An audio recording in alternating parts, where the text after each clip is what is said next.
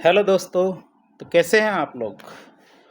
तो इस बार हम सल्तनत काल के बारे में देख रहे थे। तो अब इसी कड़ी में आगे हम सल्तनत काल के साहित्य के बारे में चर्चा करेंगे।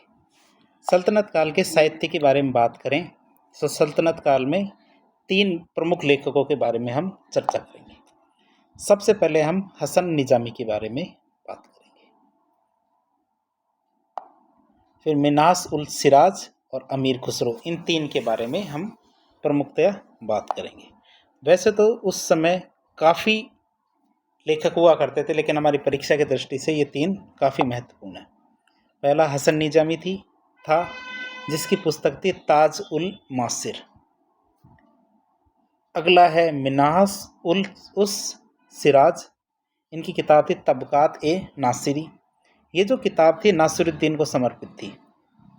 इस पुस्तक में बख्तियार खिलजी के द्वारा जो नालंदा विश्वविद्यालय को नष्ट करने वाली बात है उसका उल्लेख इस किताब में किया गया था, तबकात ए नासिरी के अंदर। तबकात ए नासिरी पुस्तक आप देख सकते हैं, मिन्हाज उस सिराज के द्वारा लिखी गई थी, तबकात ए नासिरी। इसके बाद बात करते हैं अमीर खुसरो की।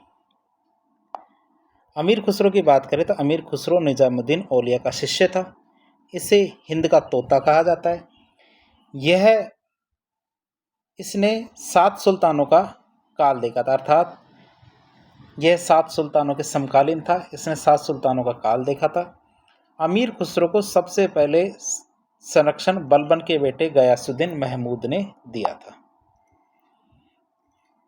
इसकी बात करें तो निजामुद्दीन औलिया ने भी 7 सुल्तानों का काल देखा था। ये आपके सामने अमीर खुसरो और निजामुद्दीन औलिया देख सकते हैं। अमीर खुसरो निजामुद्दीन औलिया के शिष्य थे। अमीर खुसरो पहला व्यक्ति था जिसने अपनी रचनाओं में हिंदी लोकोक्तियों और मुहावरों का प्रयोग किया था, जबकि वो फारसी में लिखते थे। तो फारसी लेखन में उन्होंने हिंदी रचनाओं और हिंदी लोकोक्तियों का और मुहावरों का पहली बार प्रयोग किया। संगीत में इनके योगदान की बात करें तो इन्होंने तंबूरा जो ईरान का वाद्य यंत्र है, वीणा जो भारत का वाद्य यंत्र था, जैसा कि हम ये तंबूरा है, ये वीणा है, इन दोनों को मिला के सितार बनाया, जो आप यहाँ देख सकते हैं।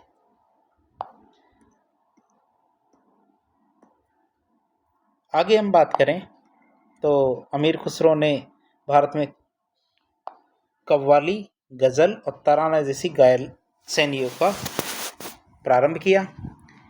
इसे कव्वाली या तराना का जनक भी माना जाता है। अमीर खुसरो की पुस्तकों की बात करें तो अमीर खुसरो ने नूर सिपेहर पुस्तक लिखी, जिसमें भारत की भौगोलिक स्थिति का वर्णन और कश्मीर की प्रशंसा की गई है। कश्मीर के लिए अमीर खुसरो का कथन था, गर फिरदौस बर रहू जमी अस्त अमी अस्त अमी अस्तो अमी अस्त। यह पंक्ति अमीर खुसरो ने कश्मीर के लिए कही थी। मैं एक बार वापस बता दूं आपको पंक्ति, गर फिरदौस बर रहू जमी अस्त अमी अस्तो अमी अस्त अमी अस्त।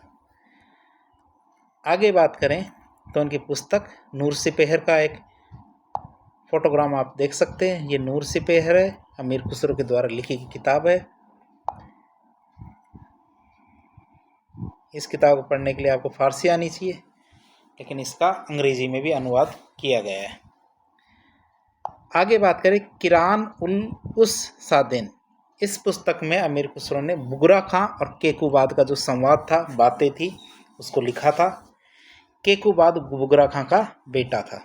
अगली पुस्तक देखें तो मिफ्ताह उल फुतूह है। इस पुस्तक में जलालुद्दीन खिलजी के बारे में जानकारी मिलती है। अगली पुस्तक है खजाइन उल फुतूह या फिर तारीख ए अलाई।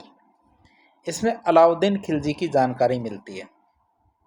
इस पुस्तक में ही आपको जो चित्तौड़ का आक्रमण था अलाउद्दीन खिलजी का और पद्मिनी के जौहर था, इन सब के बारे में जानकारी खजाइन उल फुतूह या तारीख ए अलाई से मिलती है।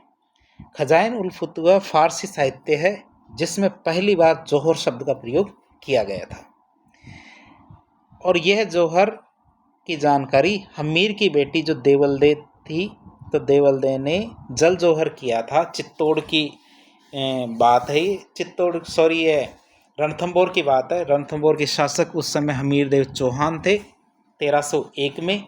तो 1301 में जब अलाउद्दीन खिलजी ने रणथंभौर पर आक्रमण किया था, तो उस समय हमीर देव की बेटी देवलदे ने पानी में कूदकर जल जौहर किया था, उसकी जानकारी इस पुस्तक में मिलती है।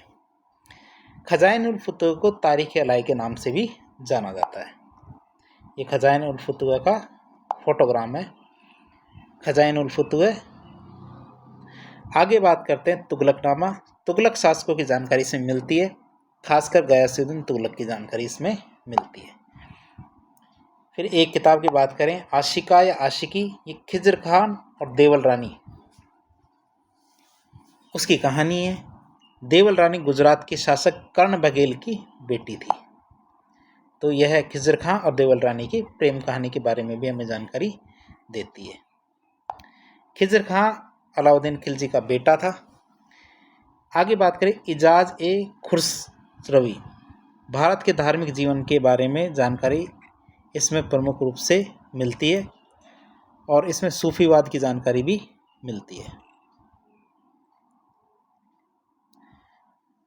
तो इस तरह हमने सल्तनत काल के स्थापत्य कला का वर्णन पिछले भाग में देखा और इस भाग में हमने सल्तनत काल की साहित्य के बारे में देखा।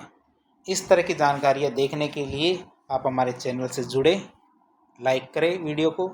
यदि अभी तक आपने हमारे चैनल को सब्सक्राइब नहीं किया तो सब्सक्राइब करें और शेयर करें, ताकि इस जानकारी को अधिक से अधिक लोगों तक पहुंचाया जा सके। धन्यवाद।